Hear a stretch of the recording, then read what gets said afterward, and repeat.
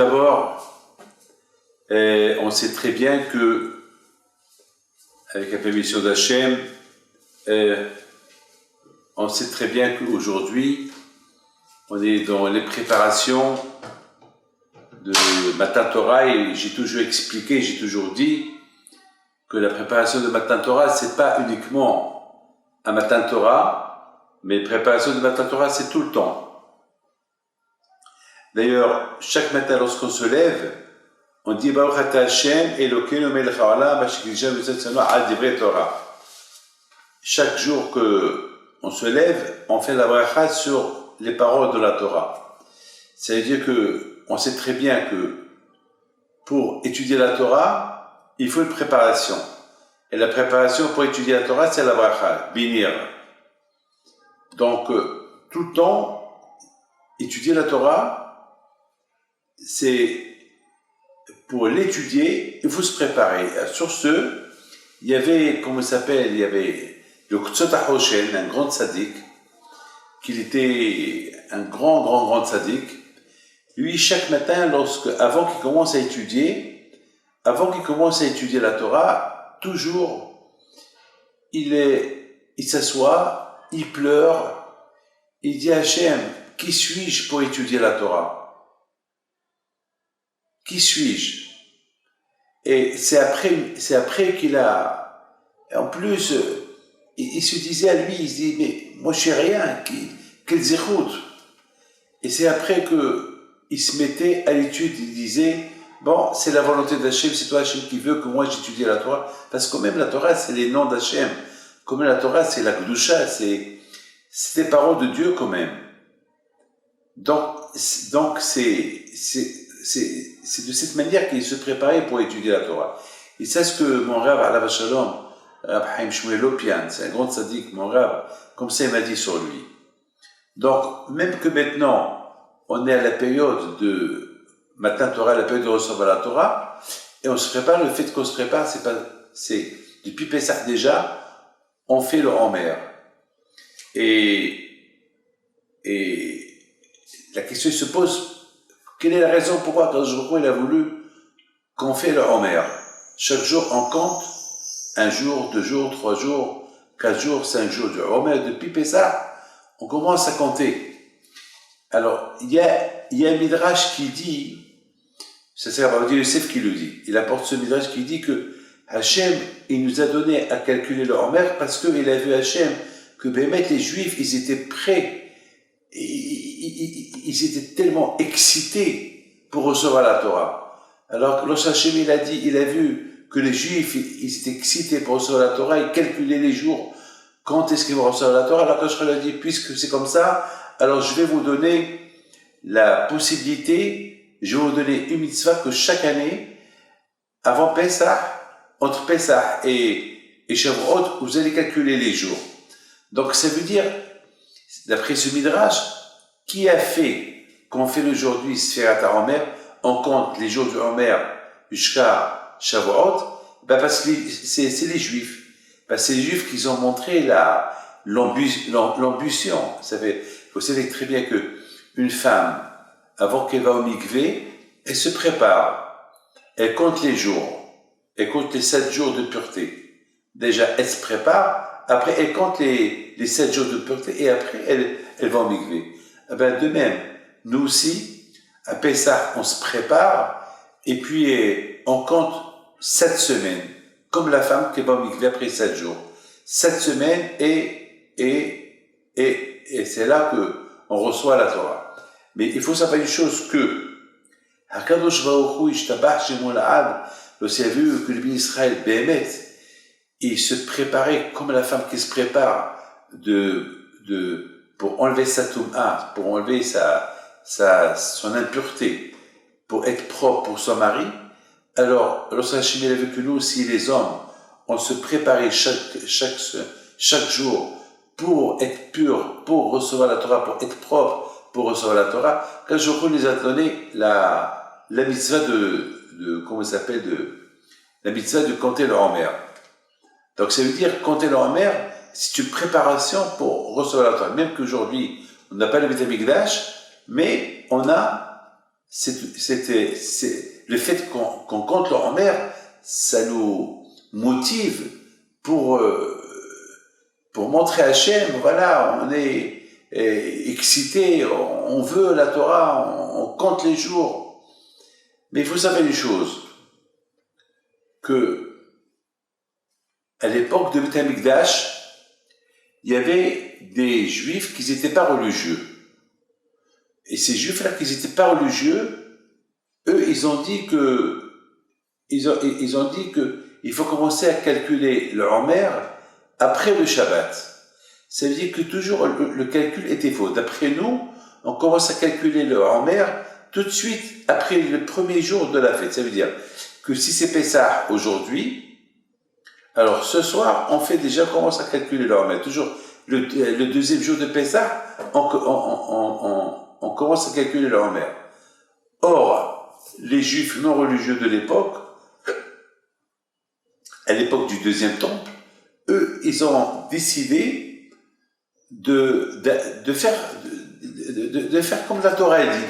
La Torah dit, il faut commencer à calculer, mais Mahorat à Shabbat, après le Shabbat. C'est-à-dire après le Shabbat, c'est-à-dire c'est pas après le premier jour de la fête, carrément après le Shabbat. Alors ça veut dire que, alors compte, le Shavuot, il va tomber toujours bien après que nous, on a fêté Shavuot. Vous avez compris? Alors la question se pose, quelle est la raison? Pourquoi les Tzdokim? Pourquoi ces Shaim, ils n'ont pas voulu faire le calcul comme nous, comme tous les Juifs? Tous les Juifs, ils font un calcul normal. Le calcul normal de tous les Juifs est, mais Mahorat Shabbat, après. C'est quoi Mahorat Shabbat? C'est-à-dire après le premier jour de Yom Tov. Comme on fait, comme vous tous, vous savez très bien, dès que Pessah y rentre, le lendemain, on commence déjà à calculer le Homer. Pour nous, mais Mahorat après, pour nous, Yom Tov, c'est comme Shabbat. Donc, si la Torah, elle a dit Mahorat Shabbat, après le lendemain du Shabbat, c'est après le lendemain de la première fête de Pessah. Alors, la première fête de Pessah, c'est le premier jour. On commence à calculer 49 jours, et après, c'est Shavuot. Eux, ils disent non. Mais Mahorat Shabbat, ça veut dire après le Shabbat. Carrément presque, parfois, ça peut être même après quelques jours. Donc, jamais Shavuot, il va tomber comme en même temps que nous. Tu as compris ou pas? Maintenant, la question, pourquoi les Tzdokim, ils n'ont pas pris le comptage du Homer comme que nous on fait?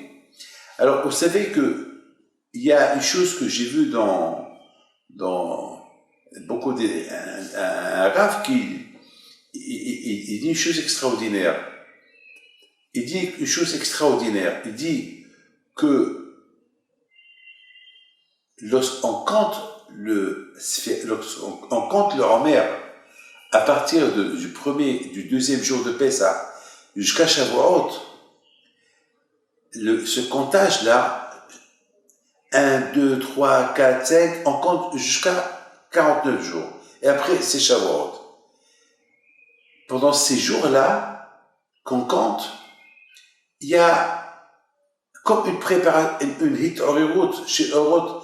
C'est-à-dire que il faut que je te donne une idée. Il faut savoir déjà quelle est la raison pourquoi Hachem il a libéré les Juifs de l'Égypte. Ça c'est quelque chose déjà, il faut le savoir. Pourquoi? La raison elle est simple. Akash il a libéré les Juifs de l'Égypte pour une seule et unique raison. Laquelle? C'est pour que tu saches que si Hachem t'a libéré de l'Égypte, c'est pour te donner la Torah. C'est tout. Il n'y a pas d'autre solution. Ça veut dire que depuis la sortie de l'Égypte, dès que j'ai quitté l'Égypte avec l'idée que après quelques jours, je vais recevoir la Torah. Après 49 jours. C'est tout. Il faut mettre ça de côté. Ça veut dire que les Juifs, ils savaient qu'ils quittent l'Égypte uniquement pour recevoir la Torah. Donc, il faut comprendre une chose, que le premier jour que les Juifs ils ont quitté l'Égypte, les Juifs ils étaient dans un niveau spirituel très élevé. Déjà, c'est la première sortie de l'Égypte. C'est la première sortie de l'esclavage. C'est maintenant, ils sont plus avec Paro. Maintenant, ils sont plus en Égypte. Ils sont maintenant en dehors de l'Égypte. Ça, c'est déjà quelque chose d'extraordinaire. Alors, deuxième chose, maintenant que Hachem, il a vu, comme c'est écrit dans la Torah, au Bnei Israël, Yus'im biyad rama. Les Bnei Israël, ils sont sortis avec les mains hautes, c'est-à-dire, ils étaient libres, complètement libres. Alors maintenant, ça c'est déjà, Hachem, il n'a pas voulu gâcher cette joie-là des Juifs qui se sentent libres. Ils n'ont plus de patron, ils n'ont plus de maître, ils sont maintenant entre les mains d'Hachem. Une fois qu'il est parti, une fois que la journée, le premier jour de Pessah, il est passé avec cette idée, là, ils ont commencé à prendre conscience, et si on est libre, on n'est pas libre, on n'est pas des gens libres uniquement pour nos beaux yeux. C'est pas parce que on mérite, non. La raison pourquoi on est libre, c'est pour recevoir la Torah. Alors là, maintenant ils ont commencé à calculer. C'est-à-dire déjà, le fait de sortir de l'Égypte, elle a une raison. Donc ça veut dire, à Pessah, les Juifs, ils ont quitté l'Égypte. À Pessah, il y a comme des lumières,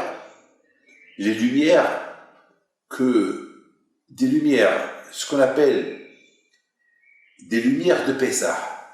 Ces lumières-là qui se sont formées à Pessah, ces lumières-là qu'ils ont donné,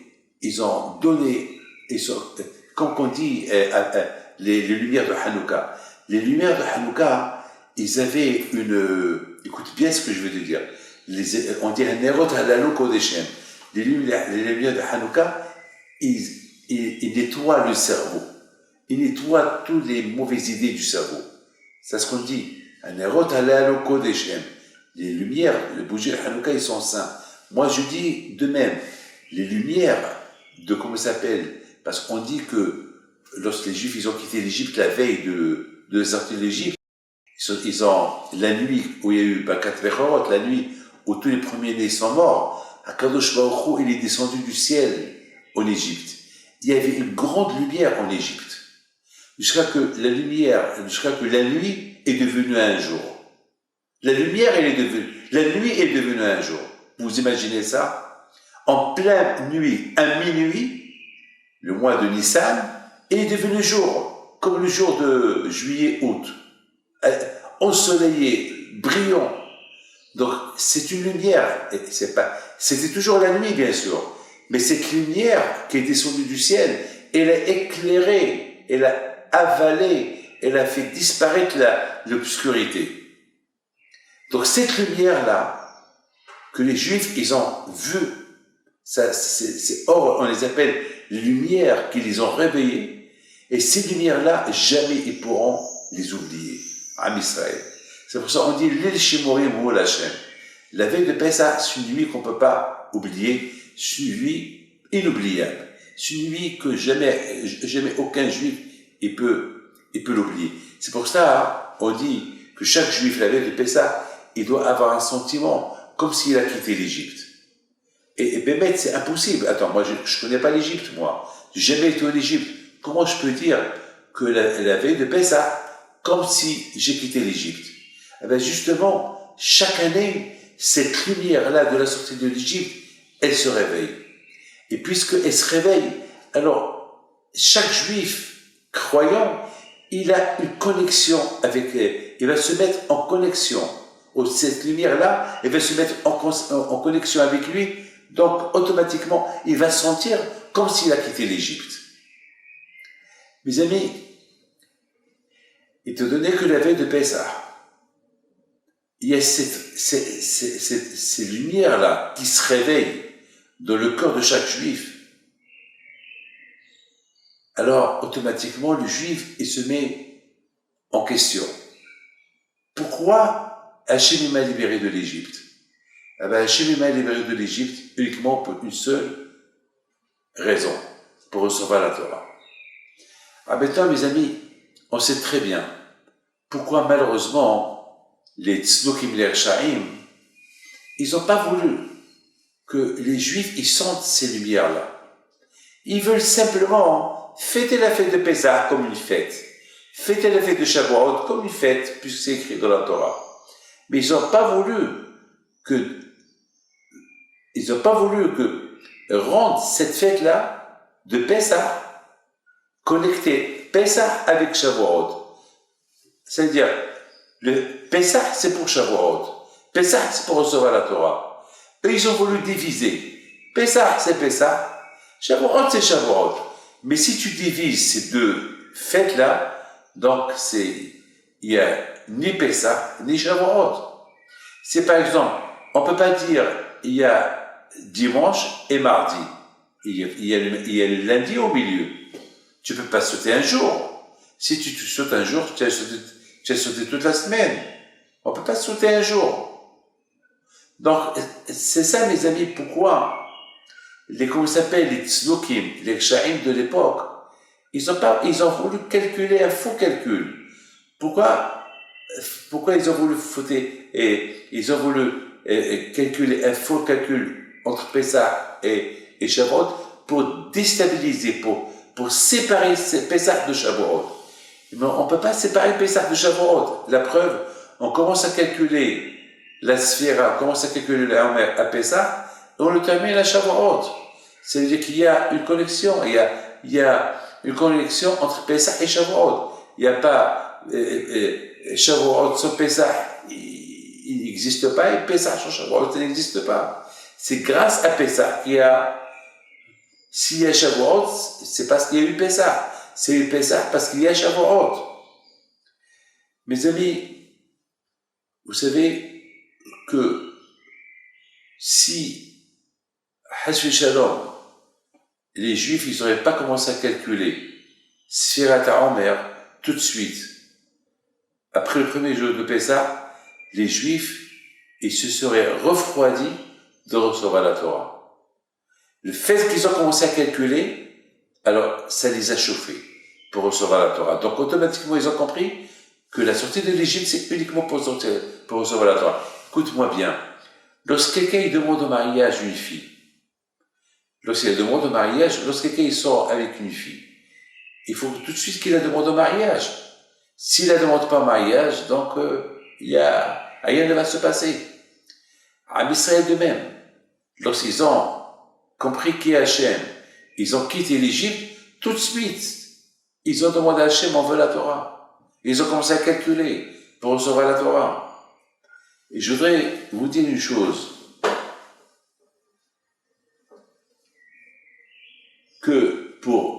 j'ai vu dans des livres qui expliquent, pour préserver ces lumières de Pessah et les mettre en pratique,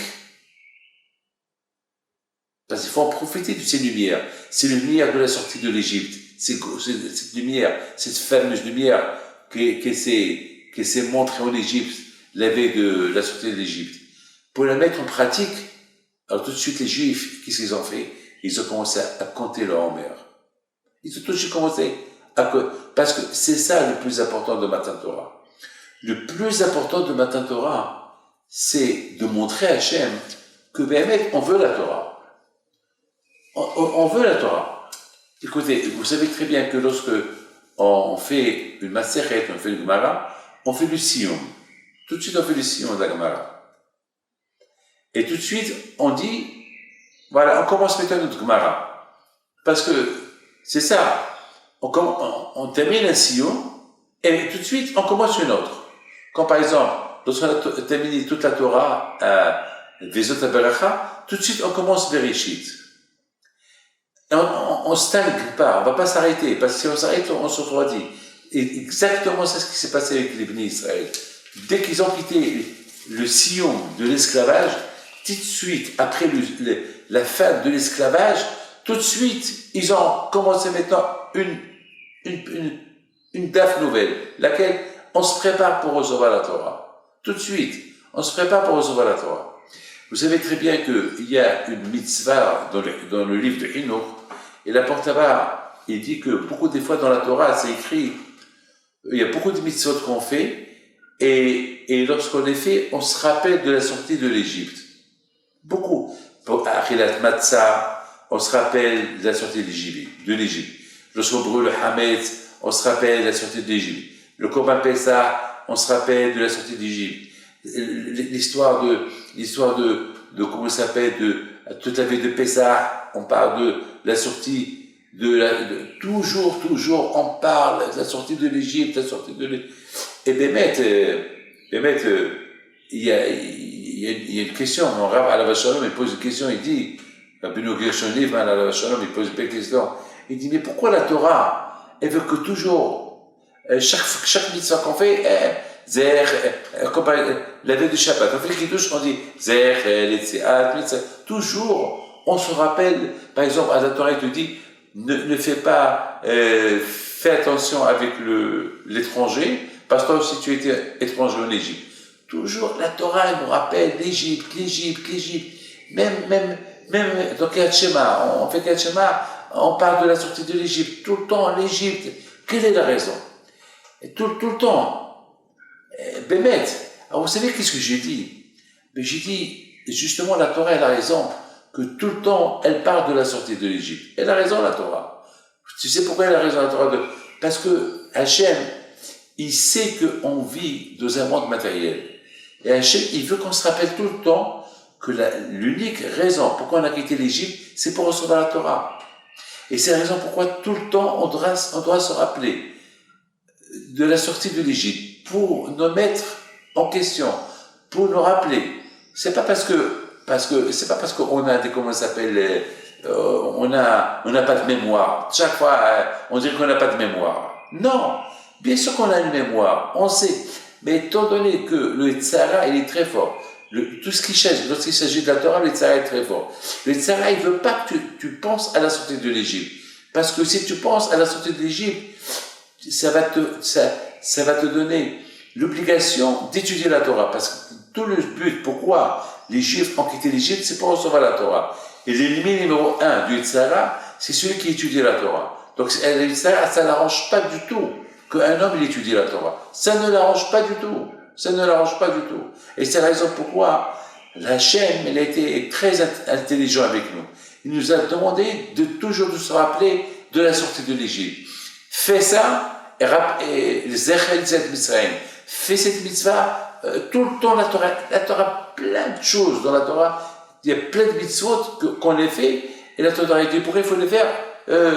Par exemple, c'est péché de donner du rébit.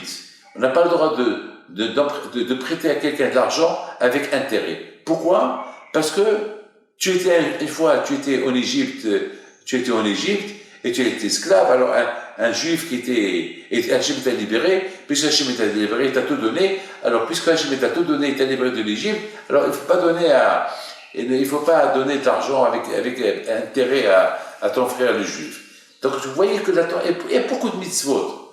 Mais la raison pourquoi, comme je viens de vous expliquer, la raison pourquoi la Torah, elle veut qu'on se rappelle toujours de l'Égypte, parce que Hachem, il sait que le Tzara, alors qu'il s'agit de l'étude de la Torah, le Tzara est très fort. Justement, Akadosh Baruch Hu, il veut que le juif, il étudie la Torah.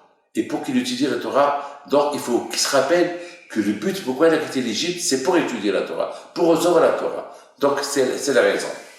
Alors, vous savez que il y a, dans le Midrash, c'est écrit que lorsque Moshe Rabbeinu, il voulait quitter Yitro pour aller en Égypte, après qu'il a parlé avec le bon Dieu, Hachem, et Hachem lui a dit, ça y est, c'est le moment est venu que tu vas libérer les Juifs de l'Égypte. Alors, Yitro, il dit à son beau-fils, Moshe, attends, tu veux retourner en Égypte avec ta femme et tes gosses, mais il est pour là-bas, il y a là-bas des millions de Juifs qui veulent quitter l'Égypte, et toi tu veux retourner en Égypte, et en plus tu vas ajouter encore d'autres personnes sur les personnes qui y a là-bas. Alors, il lui dit, alors quelque part, Yitro, il a raison. Yitro, il dit à Moshe Rabbeinu, je comprends pas, pourquoi tu veux prendre ta femme et tes gosses en Égypte? Tu sais qu'est-ce que le Midrash dit? Écoute bien ça. Le Midrash dit que Moshe Rabbeinu lui a dit, tu sais, mon beau-père, demain les Juifs, ils vont quitter l'Égypte, ils vont être à Sinaï pour écouter la parole de Dieu. Et ça veut dire que, attends, et si je prends pas mes enfants avec moi en Égypte, alors comment ils vont recevoir la Torah? Ça veut dire que tous ceux qui étaient en Égypte, c'est eux qui vont recevoir la Torah.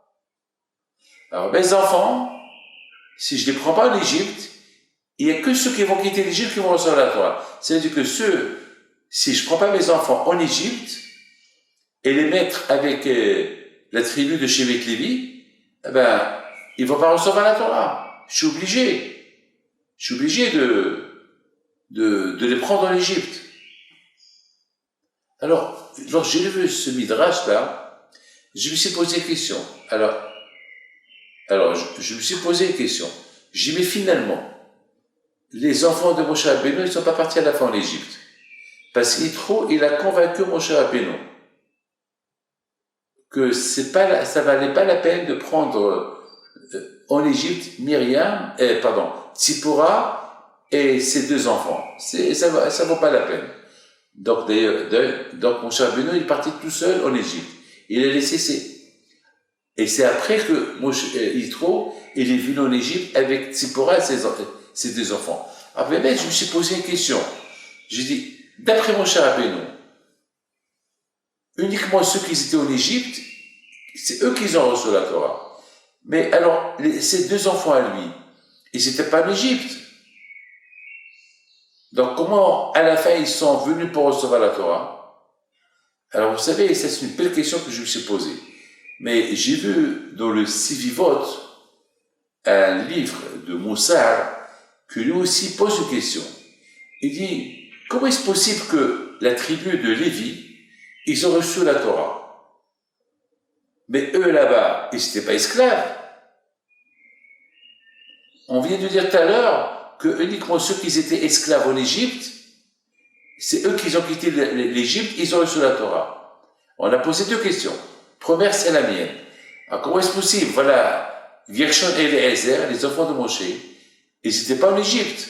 Et malgré tout, ils ont reçu la Torah. Deuxième question du Sivivot, il pose une belle question. Il dit, mais comment la tribu de Shevet Lévi ont reçu la Torah étant donné que eux, ils n'étaient pas esclaves en Égypte? Parce que là-bas, ils ont étudié la Torah. Mais quand même, ils ont reçu la Torah. Alors, il faut savoir une chose. Écoute bien ce que je vais vous dire. La réponse que j'ai donnée sur la première question est que le fait déjà que Moshe Rabbeinu, il avait l'intention de prendre Gershon et Eliezer en Égypte, comme s'il les a pris en Égypte. On dit à Akadosh Baruch Hu mitzaref machshava tova el ma'aseh. Akadosh Baruch Hu considère toujours une bonne pensée comme acquise. Et le fait que Hachem, il n'a pas exigé de Moshe Rabbeinu de les prendre, ça prouve qu'il a la permission d'Hachem de ne pas les prendre en Égypte. Mais le plus important c'est que Moshe Rabbeinu, son intention est de les prendre. Et c'est ce qu'il a fait. C'est Yitro, son beau-père, qui lui a dit, mon fils, ça vaut pas la peine de les prendre. Parce que il y a déjà, ceux qui sont là-bas, ils cherchent à quitter, et toi tu vas ajouter encore là-bas des juifs là-bas. Non. Donc ça vaut pas la peine. Donc quelque part, Yitro, il a convaincu Moshe Rabbeinu que pour arriver à être un bon messager d'Hachem, c'est mieux qu'il ne soit pas dérangé par sa femme et ses gosses, qu'il va tout seul.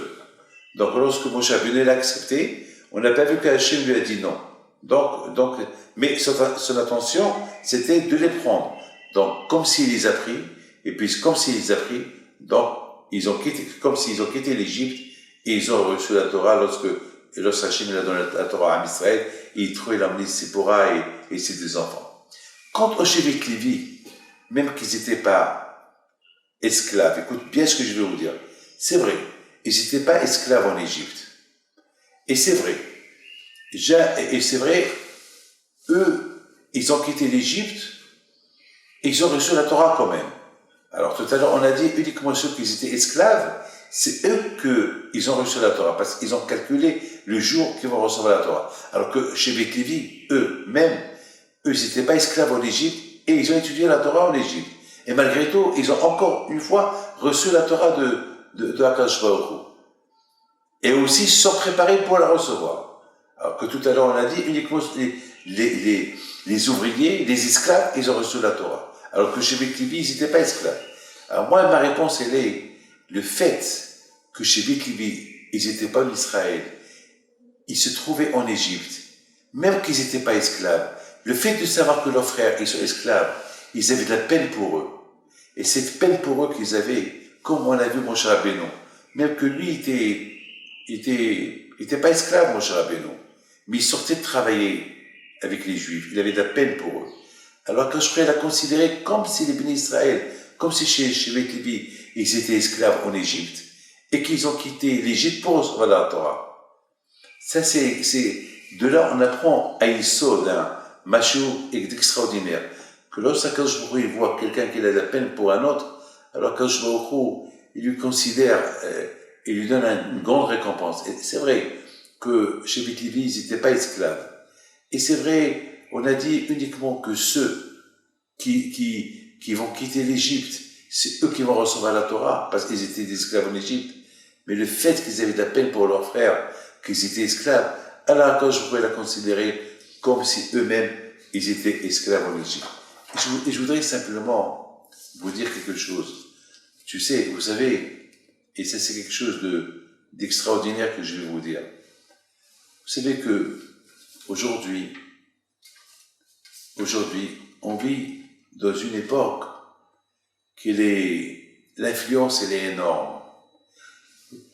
Il faut savoir que sortir de la mauvaise influence, surtout l'Internet et tous les iPhones, les choses électroniques qui sont sales et que l'homme peut tomber dans ce piège-là, c'est pas facile, hein.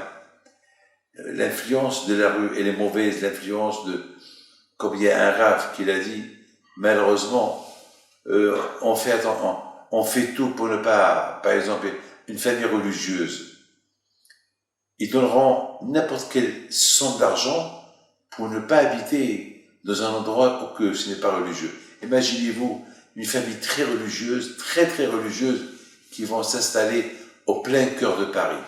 Ou bien ils vont s'installer au plein cœur, je sais pas, de Manhattan, ou je sais pas.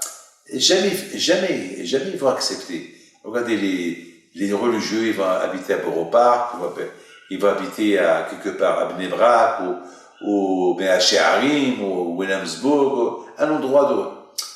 Mais malheureusement, il dit que beaucoup de fois, on va voir que les gens qui font tellement attention, ils sont prêts à payer n'importe quelle somme pour ne pas habiter dans un endroit qui n'est pas religieux, mais ils vont faire entrer des machines électroniques à la maison, du monde entier, ils vont l'apporter chez eux à la maison, que pire si ils auraient habité au centre d'une grande ville. Malheureusement, l'âge pas, elle est mauvaise. Et je pense que c'est la raison pourquoi Akadosh Baruch Hu veut que toujours on pense à la sortie de l'Égypte.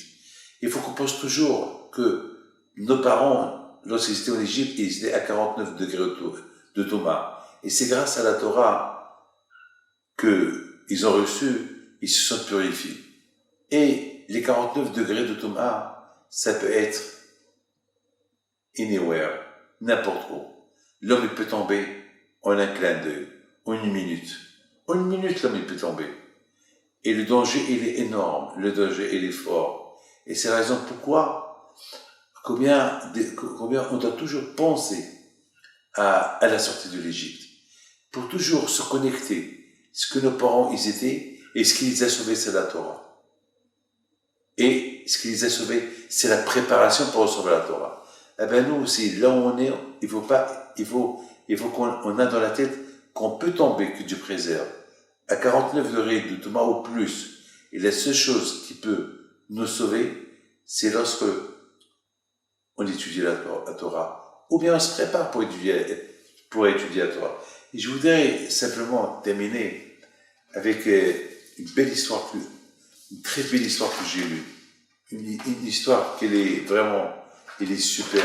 C'est, Bémet, c'est de la folie. Vous savez qu'il y avait une fois un monsieur, et ce monsieur-là, il avait un enfant, il avait un fils.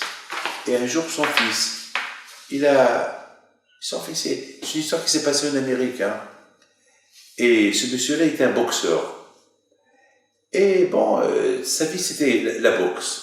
Et bon, c'était un juif traditionnaliste. Il avait son fils qui était à l'université. Et voilà, une fois il a vu, son fils il avait un juif qui mettait de tefilin. Il va chez lui, il lui dit, moi, pourquoi tu mets de tefilin? Alors le juif lui dit, bah, moi je suis un juif, et un juif il met de tefilin.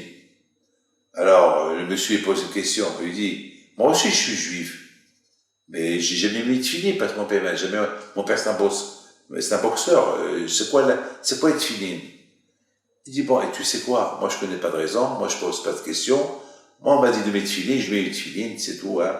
Je suis juif et voilà. Et on dit que en mettant le tefilin, on se rappelle de la sortie d'Égypte et pas plus. Je peux pas vous dire. Mais va chez des rabbins qui peuvent te donner des réponses. Moi je n'ai pas de réponse. Donc ce monsieur-là. Il demande, ce qu'il tombe avec un rabbin, que ce rabbin-là, il a bien compris, il a bien expliqué pourquoi on met tefilin, et puis tout de suite, il a décidé de comment attacher par tefilin, il a commencé à les mettre, il a commencé à rentrer dans la Torah, il a commencé à faire Shabbat, etc., etc., etc., etc., et voilà, il est devenu, il a changé. Donc, mes amis, il s'est passé que ce monsieur-là, il allait toujours à l'université, mais du coup, il a arrêté l'université, il a commencé à aller à l'Yeshiva parce qu'il a trouvé goût dans la Torah, parce que à l'université, ils ont tellement appris des choses contre la religion, contre la Torah, contre le bon Dieu, et il a dit, je peux plus. Donc, il a commencé à partir à l'Yeshiva, et voilà, il a commencé à partir à l'Yeshiva, et il a commencé à travailler, etc., etc.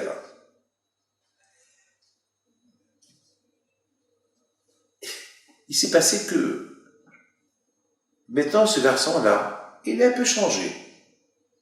Entre-temps, son père, qui était boxeur, il comprenait pas. Il disait, son fils, je sais pas, tu es devenu religieux, c'est comme ça, c'est pas notre truc. Il dit, papa, c'est pas notre truc, bon, c'est comme ça. Écoute-moi. Un jour, il a reçu, le père qui était boxeur, il a reçu un sale coup, et puis il travaille plus, il a perdu le travail parce qu'il ne pouvait plus faire la boxe. Et un jour, il dit à son fils, tu sais quoi, je suis un peu curieux. Je vois que tout le temps tu étudies, et tu fais ta prière, tu mets tes filines, et alors, je voudrais bien étudier un peu avec moi. Et le fils lui dit, tu sais papa, c'est très dur, c'est la Gemara, tu vas rien comprendre. Et pour la comprendre, il faut savoir parler l'hébreu, il faut savoir parler le Targum, et tu connais même pas Aleph Bet, et ma papa, Et le père, il dit à son fils, non, quand même, écoute, j'ai envie, attends, je travaille plus, j'ai rien, je suis un peu curieux, qu'est-ce que tu es en train de lire? Attends, ça doit être intéressant, je veux voir, c'est quoi ça? Et puis, bon, le fils, il a dit à son père, allez, viens, on commence à étudier. Et voilà. Et chaque jour, il étudiait un peu avec lui, chaque jour. Et après, vraiment, c'est de la folie. C'est de la folie. Après presque un an, ils ont terminé une daf de Gemara. Un daf, une page. Combien une page, pour étudier une page, un an, c'est énorme. Énorme. Alors, lorsqu'il a terminé la page, le père, il dit à son fils, tu sais, j'ai envie demain de faire le siyum. Il dit, mais papa, t'es fou? Comment tu fais un siyum? On fait un siyum si on a fait une Gemara, si on a fait un Perek, si on a fait comment ça s'appelle, un siyum à chasse. Mais tu vas pas faire le siyum pour un daf. Et puis, le père dit non, je vais faire quand même le sillon du DAF. Non, parce que vraiment j'ai souffert pendant un an pour étudier une page de Gemara. j'ai envie de faire un sillon. J'ai assisté à beaucoup de sillomim, celui-là a fait un sillon, moi j'ai envie de faire un sillon d'un daf. Bon. Bon, alors le fils il dit, bon papa, si tu veux faire le sillon, alors d'accord, tu le fais. Non, l'histoire est terminée comme ça. La maison de ces deux personnes, ils habitaient à New York, à côté de la maison de Rabbi Moshe Feinstein, à la Vachalom. C'est une histoire qui s'est passée à New York. Alors le fils, qui était religieux, il est parti demander à Moshe Feinstein, est-ce qu'il a le droit, son père, de faire sillon pour une page de Gemara? Alors, lorsque Moshe Feinstein a entendu ça, il a dit, mais bien sûr qu'il peut faire le sillon. Et moi aussi, je viendrai pour le sillon du DAF que ton père il a fait. Ok, moi aussi, je viendrai. Moi aussi, je viendrai. Et Moshe Feinstein, il est parti au sillon de cette page de Gemara qu'il a fait ce monsieur pendant 1 an. Dès qu'il a terminé le sillon de cette page, et tout le monde se lève pour partir, le monsieur, le boxeur, il a une crise cardiaque, il est mort. Et Moshe Feinstein, à la Vachalom, il lui a fait un grand espède. Il lui a dit, Yesh kone olamo b'sha'ahat, Yesh kone olamo b'daf ehad. Il y a celui qui achète son monde avec 1 heure, il y a celui qui achète tout son monde, c'est-à-dire le monde de Gan Eden, avec une daf de Gemara. Une daf de Gemara. Voilà, Rabotai, l'amour qui portait ce monsieur-là à la Torah. Lui était boxeur, il était loin de la Torah, et lorsqu'il a décidé à l'étudier, eh ben, regardez où il est arrivé. Il est arrivé, ça lui a pris du temps, 1 an, pour étudier une daf. Une daf. Et à cette daf-là, qu'il a étudié la filiation, il a le mérite que les grands tzadikim, comme Moshe Feinstein, il est venu à son sillon. Mes amis, c'est ça le Matan Torah. Matan Torah, comme tout le monde sait, on n'a pas la Torah, c'est pas écrit dans la Torah, la fête de Shavuot, c'est la fête de Matan Torah. C'est écrit dans la Torah, tu comptes 7 semaines et tu fais une fête. La question se pose, est-ce qu'on a entendu un jour, pour compter des fêtes, on compte des semaines et on fait une fête, mais la fête pourquoi? Parce qu'on a compté 7 semaines? Non. La réponse, elle est, la fête, c'est pour la Torah qu'on va recevoir. Alors pourquoi la Torah n'a pas écrit? Pourquoi c'est pas précisé que après 7 semaines, on a reçu la Torah? La Torah, elle dit simplement, après 7 semaines, tu travailles pas. Mais que la Torah, elle précise, qu'elle dit que tout le but de Matan Torah, tout le but des 7 semaines qu'on calcule, qu'on compte, c'est pour Matan Torah. Eh bien, justement, la Torah, elle a voulu nous apprendre un enseignement extraordinaire. Que celui qui veut étudier la Torah, il ne faut pas qu'il attende Shavuot pour commencer à l'étudier. Celui qui veut accepter sur lui l'étude de la Torah, c'est pas la peine. Qui dit, eh ben, j'attends Pessah, et à partir de Pessah, je vais compter 49 jours, et je reçois la Torah. C'est pas la peine. La Torah, tu peux l'accepter, et l'étudier n'importe quel jour.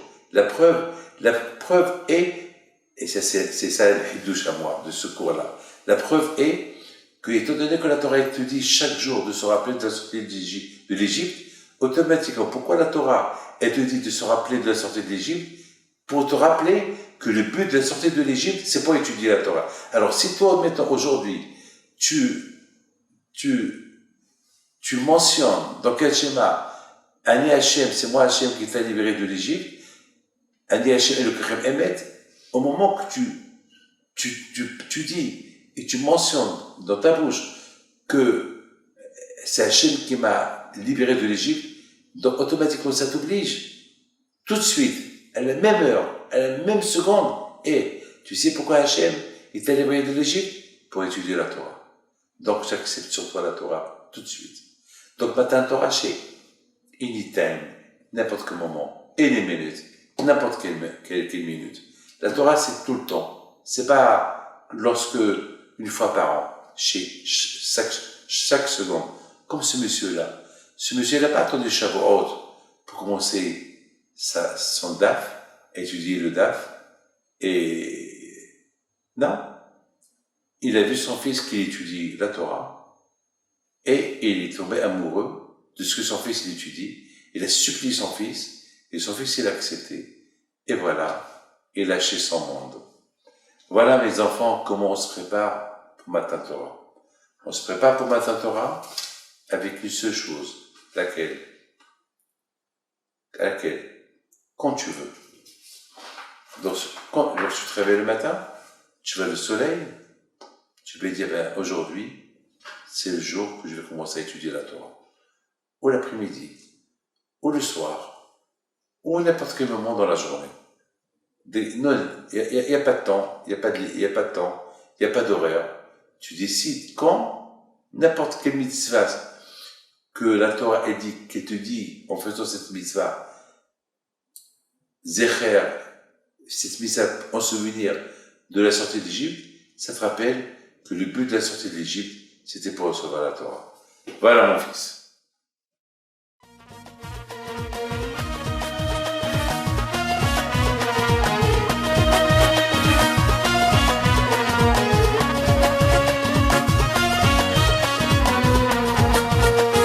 Non tu jenes zgartu